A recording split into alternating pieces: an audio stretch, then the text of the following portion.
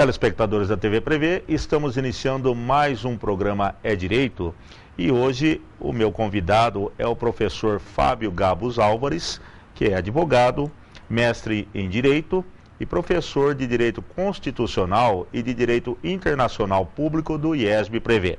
Tudo bem, professor? Graças a Deus, professor. Obrigado pelo convite. Eu convidei o doutor Fábio, né, e o professor Fábio, para que viesse discorrer sobre a nossa Constituição, né, sobre direitos humanos principalmente, e também a relação da nossa Constituição com o direito internacional, né?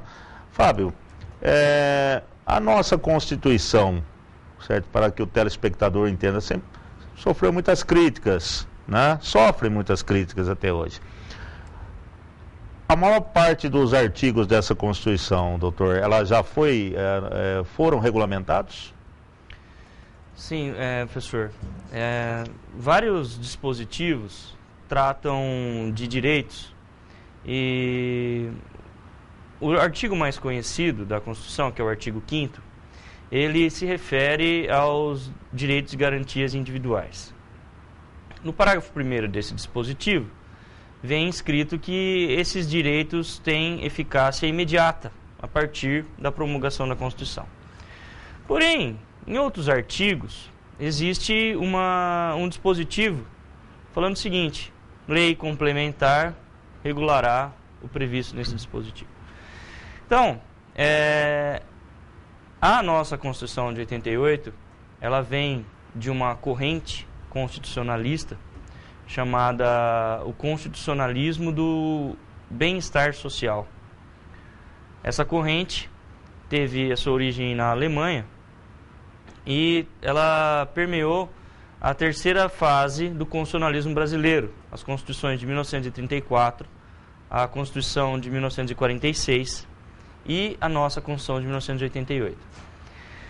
Essa corrente, ela exige, né, que a Constituição, esse documento que disciplina a relação do Estado e indivíduo, não só estruture o Estado, organizando o poder executivo, o legislativo e o judiciário, e também limitando a intervenção do Estado no âmbito das liberdades individuais, como também assegure com instrumentos processuais, as chamadas garantias constitucionais, os direitos que estão previstos na Constituição. Então, é muito bonito o artigo 5º, ou mesmo o preâmbulo da Carta Constitucional, com todo o rol de direitos que o traz, né? São 78 incisos no artigo 5º da Constituição Federal. No próprio preâmbulo eu tenho previsões sobre um Estado fraterno, pluralista, com a democracia como sistema de governo. Então, eu preciso, depois de toda a exposição desses direitos, formas para garanti-los, né? Não adianta eu falar para o cidadão: olha, senhor brasileiro, o senhor tem aqui no artigo 6º, por exemplo, direito à saúde, ou direito à educação, ou direito ao trabalho. Parabéns. E ele não tem instrumentos garantidores, processuais, para exercer, né, para exigir esses direitos do Estado. Então, ainda existem alguns dispositivos, como o direito de greve, que não foi regulamentado, a greve dos funcionários públicos. O que existe? Interpretações dos tribunais regionais do trabalho, do Tribunal Superior do Trabalho, do Supremo Tribunal Federal, adequando condições de oportunidade, conveniência, a greve, assim por diante. Nesse caso especificamente, é confortável para o Estado que não haja lei. Não regulamentação. Não, porque se eu tiver uma lei falando o seguinte: olha, senhor funcionário público, o senhor, para exercer o direito de greve, o senhor tem que preencher tais requisitos. E esses requisitos, com certeza, não haveria dificuldade em preenchê-los. Condições de trabalho, sim, salários dignos, né, e assim por diante.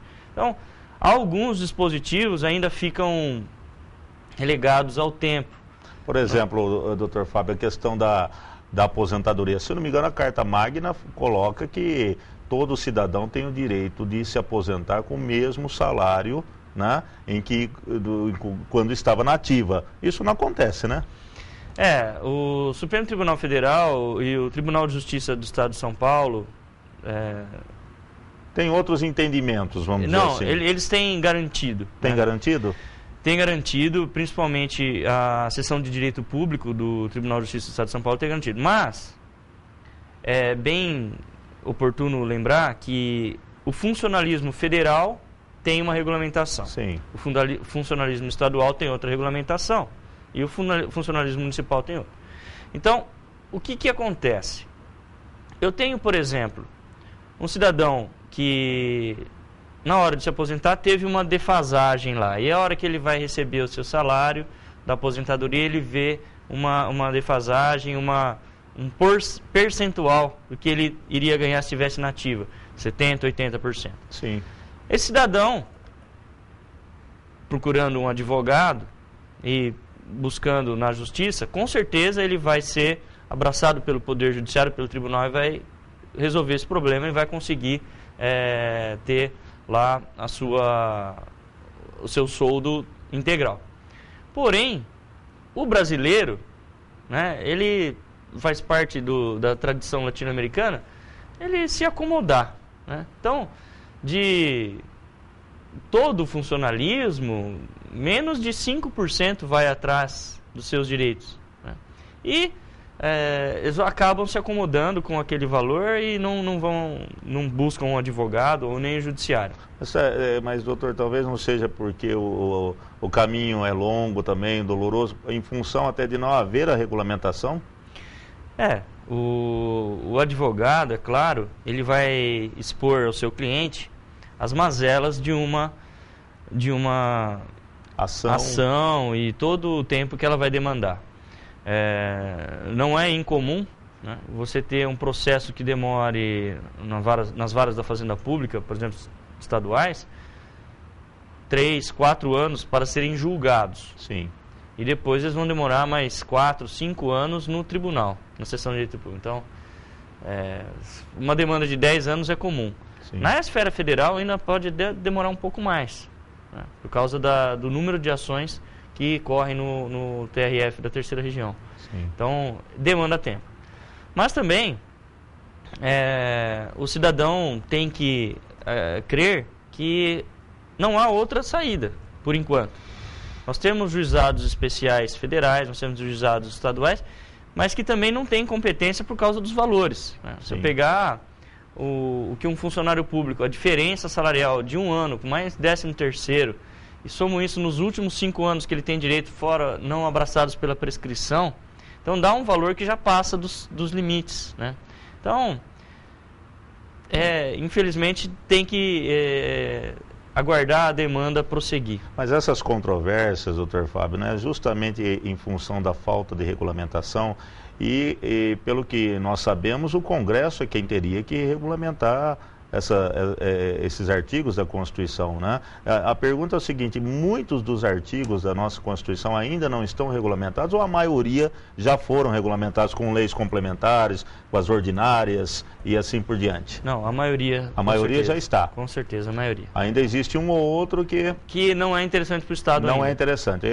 É porque eu estou fazendo essa pergunta porque já passamos mais de 30 anos, né? 30 anos da 22. 22, desculpe, 22 de 88 a 2010, 22 anos da promulgação da nova carta, né? Que já tem 66 emendas. 66 emendas. Doutor Fábio, nessa questão dos chamados direitos fundamentais, né? Na nossa Constituição está ali distribuído em 3 gerações. O senhor poderia explicar o que são essas gerações, a primeira e a segunda geração dos direitos fundamentais? Sim, professor. Os direitos fundamentais, os direitos humanos também, me permita fazer uma breve explanação sobre a nomenclatura. Em alguns lugares, e é muito comum vermos obras de direitos, falando assim, direitos humanos, ou direitos fundamentais. Ainda existe uma parcela da população que fala, não, direitos humanos são direitos do preso, direitos do pobre, do que é excluído da sociedade. Mas, na verdade, os direitos humanos têm essa nomenclatura porque são inerentes a todos nós que somos seres humanos. Então, a Constituição Federal, ela traz essa nomenclatura se referindo aos direitos que são inerentes ao ser humano, que são direitos da natureza humana. Por exemplo, a obrigação do pai pagar alimentos para o filho, o direito de propriedade que nós temos, né? Eu adquiri uma propriedade por esforço meu ou por herança, e aí meus pais adquiriram essa propriedade e transmitiram para mim, e eu tenho direitos sobre essa propriedade. Então, esses direitos são direitos humanos. Direito à vida, direito à de vida, ir e vir. o direito à saúde, às liberdades públicas e assim por diante. Então, todos esses direitos são direitos humanos, mas também são direitos fundamentais. Sim. Porque eles são fundamentais para que o ser humano viva com dignidade na sociedade. Então, se eu tiver vivendo em uma sociedade e não tiver direito de propriedade, não tiver proteção da vida, se eu não tiver proteção à saúde, se eu não tiver o direito à educação e assim por diante, direito ao trabalho, vagas de trabalho, um salário mínimo decente, agora, por força de uma emenda constitucional recente, se eu não me engano, número 65, o direito à alimentação foi incluído no caput do artigo 6º. Então, todos esses direitos são fundamentais para que eu viva na sociedade com dignidade, né? Então, por que essa nomenclatura? Fundamentais e direitos humanos. A Constituição Federal, quando ela trata desses direitos no âmbito interno, ou seja, no território brasileiro, ela trata de direitos fundamentais. Então, lá no título 2, que onde está inscrito o artigo 5º, 6º, 7º, assim por diante, está lá, dos direitos fundamentais. O artigo 1, artigo 5º, capítulo 1, dos direitos de garantias individuais.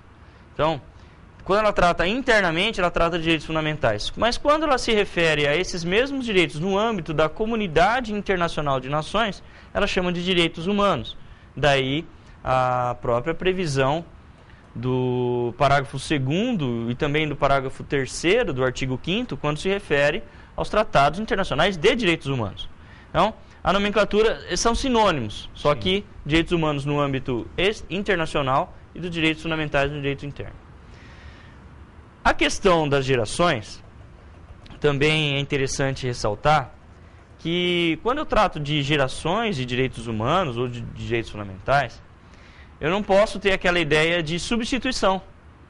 Quando eu falo, por exemplo, sobre as gerações de uma família, o vô, o pai, o neto, o filho, eu tenho aquela ideia de gerações que vão se substituindo. Isso não acontece nos direitos humanos ou nos direitos fundamentais. Então, eu tenho outras denominações.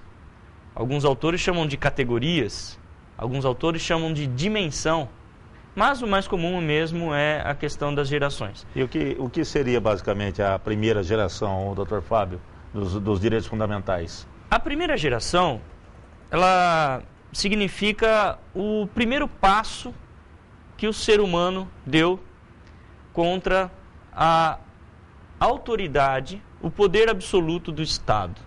Então, nos direitos humanos de primeira geração, eu tenho basicamente os direitos civis e direitos políticos.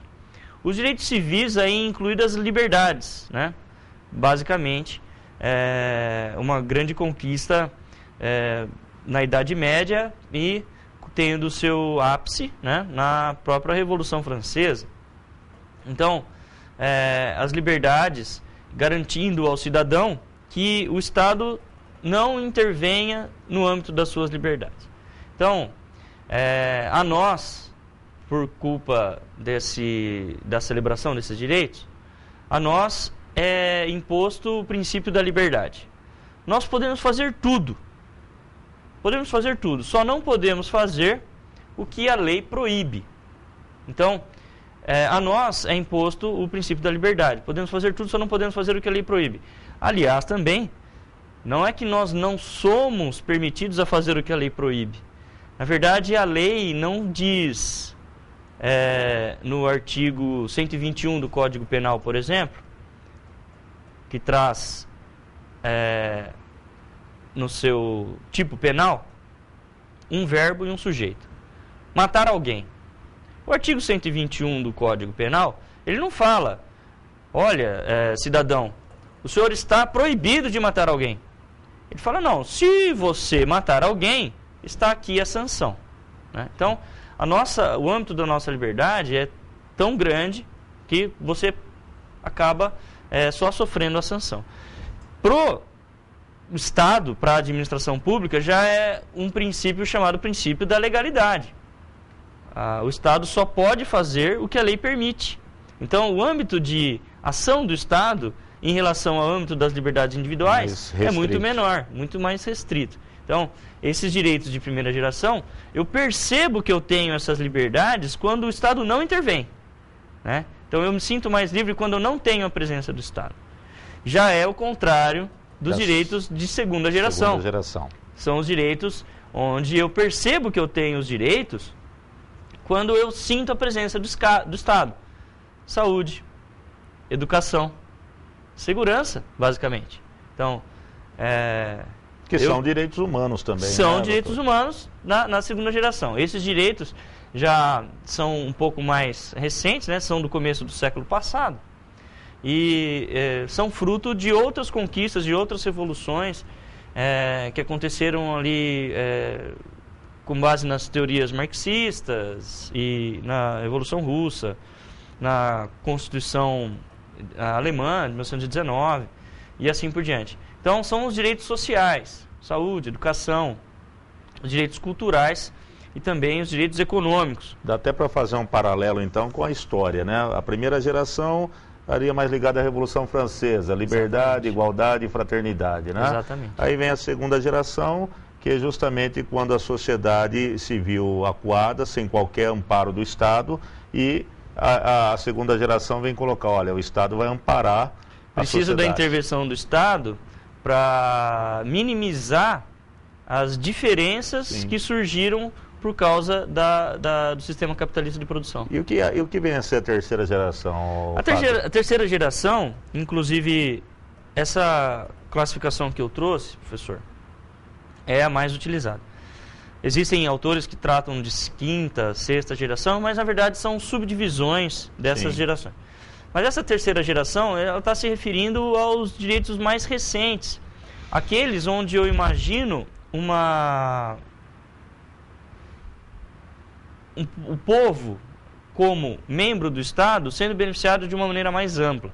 Então, eu não consigo identificar a pessoa que vai ser protegida, mas, como são direitos difusos, direitos coletivos, eu estou beneficiando uma coletividade. Então, se a lei que protege o meio ambiente, por exemplo, determina que para se fazer uma construção ou se ter autorização de exploração eu preciso do estudo de impacto ambiental ou do relatório de impacto ao meio ambiente, eu não consigo identificar a pessoa que está sendo beneficiada ou que está sendo protegida.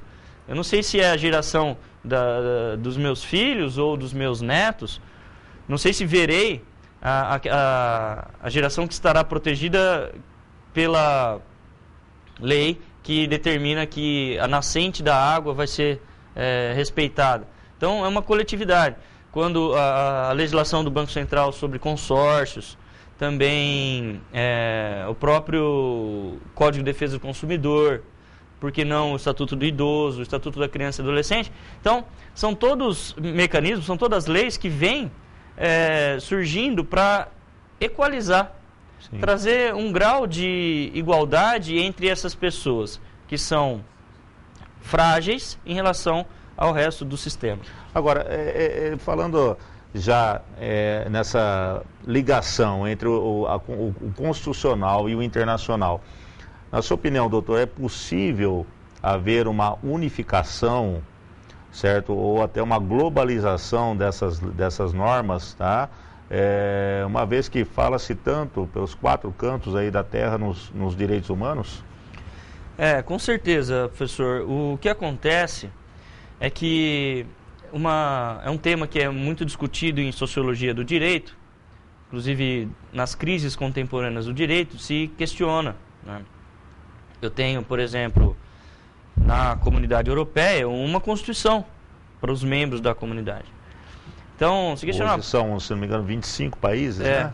Quer dizer, uma única Constituição regendo... Ela não chega a ser uma Constituição muito dirigente. Sim. Ela parece mais com a Constituição norte-americana, assim, poucos dispositivos. Sim. E uma eficácia mais generalizada.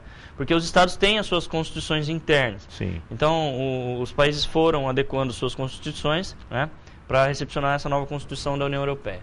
Então, eu tenho essa necessidade e eu não consigo ter uma legislação unificar, por exemplo, única. Direitos civis, sim, direitos ligados a direito do trabalho, direito previdenciário, porque cada estado vai ter as suas... Então, no direito privado é difícil, porque no direito civil, por exemplo, eu tenho questões de família, questões de casamento, que são muito típicas de cada região. Individualidades, então, no caso, exatamente. Né? Então, pesquisando sobre o assunto, se chegou a uma conclusão de que os únicos direitos que poderiam ser suscetíveis a uma unificação são os direitos humanos, os direitos fundamentais. Em razão disso, a Organização das Nações Unidas, né, traz lá a Declaração Universal dos Direitos do Homem e também depois ela, através de seus tentáculos espalhados pelo mundo, a Organização dos Estados Americanos e também a Comissão Interamericana de Direitos Humanos, o Pacto de São José da Costa Rica, vão protegendo esses direitos. Então, o que é interessante dizer é que os direitos humanos, né, eles são ligados a essa natureza humana e eles são válidos em todo o mundo. Então, na verdade, já existem embriões, né, Fábio, que são esses tratados que você citou, né? Na verdade, já são embriões dessa unificação, vamos dizer assim, de um núcleo comum. Com certeza. As leis, né? Existe, depois da Segunda Guerra Mundial e do Holocausto, né, a própria criação da Organização das Nações Unidas visa que essas questões de genocídio, massacres, fossem extinguidas da face da Terra. Sim. Né? Então, se começa protegendo a vida. Depois eu tenho proteção à saúde, através da Organização Mundial da Saúde. E é bastante interessante destacar que o Brasil, inclusive, já foi penalizado pela Corte Interamericana. Isso. Eu ia lhe questionar justamente isso. Quer dizer, existem os tratados, existem as normas internacionais e há sanções também. Com certeza. Há penalidades. Com né? certeza. Inclusive na Organização Internacional do Comércio, né? Na Organização Internacional do Trabalho. Exato. Quer dizer, aquele país que não cumpre essas normas internacionais, eles são penalizados. Com certeza. Nós percebemos, a partir da emenda constitucional número 14, uma intervenção dos organismos internacionais. Fundo Monetário Internacional, Banco Interamericano de Desenvolvimento, que são organismos da ONU. Sim. Né? Então, o Brasil queria, por exemplo, rolar a dívida, refinanciar a dívida. Aí, os organismos internacionais falaram assim, não, tudo bem, o Brasil quer renegociar a dívida, mas vai ter que fazer uma reforma previdenciária. Vai ter que fazer uma reforma no Poder Executivo. Para se adequar... Vai ter que fazer uma reforma no Poder Judiciário. Adequar a normatização, vamos dizer assim, mundial, né? Uma tendência... Não só, mas também que o Brasil fosse um país viável, né? Progressivo. Então, exatamente. E aí uma questão que a gente discute em sala de aula. Sim. Nos elementos do Estado, eu tenho população, território e soberania. Como que um organismo internacional ou um outro país, né? Na verdade o pessoal mistura muito, né? Acha que a ONU é órgão dos Estados Unidos, mas não é. Mas como que um organismo internacional vai lá e fala assim para um país independente, soberano, fala assim, ó, muda a sua Constituição. Então, não é que o Brasil deixe de ser soberano. O que acontece é que, por culpa da globalização, né, eu preciso de um novo conceito de soberania. Ou seja, para que você seja membro de uma comunidade internacional de nações, participe das relações internacionais, né, inclusive isso é princípio da Constituição, no artigo 4º, você tem que ter um novo conceito de soberania, né, para que ela seja mais abrangente. Então, tanto na proteção à vida, na proteção à saúde, o Brasil foi condenado a indenizar uma família que uma pessoa estava internada num manicômio e acabou vindo a óbito. E como o Estado não fiscalizava a clínica, a pessoa acabou falecendo e o Brasil teve que indenizar a família. Foi condenado na Corte Interamericana, né? É o caso do Damião Ximenes.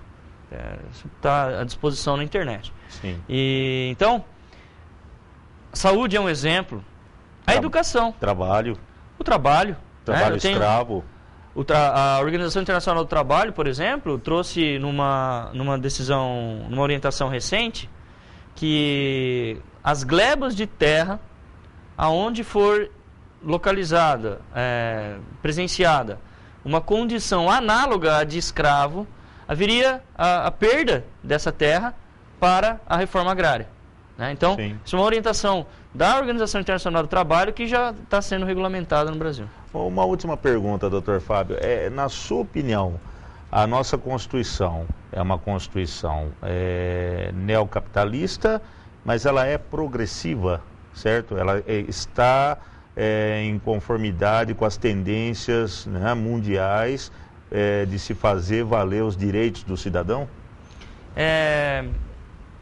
Nessa questão do capitalismo, é bastante interessante lembrar que no artigo 1º, o Constituinte de 87, 88, ele foi bem sábio ao colocar no mesmo inciso a livre iniciativa e a proteção social do trabalho.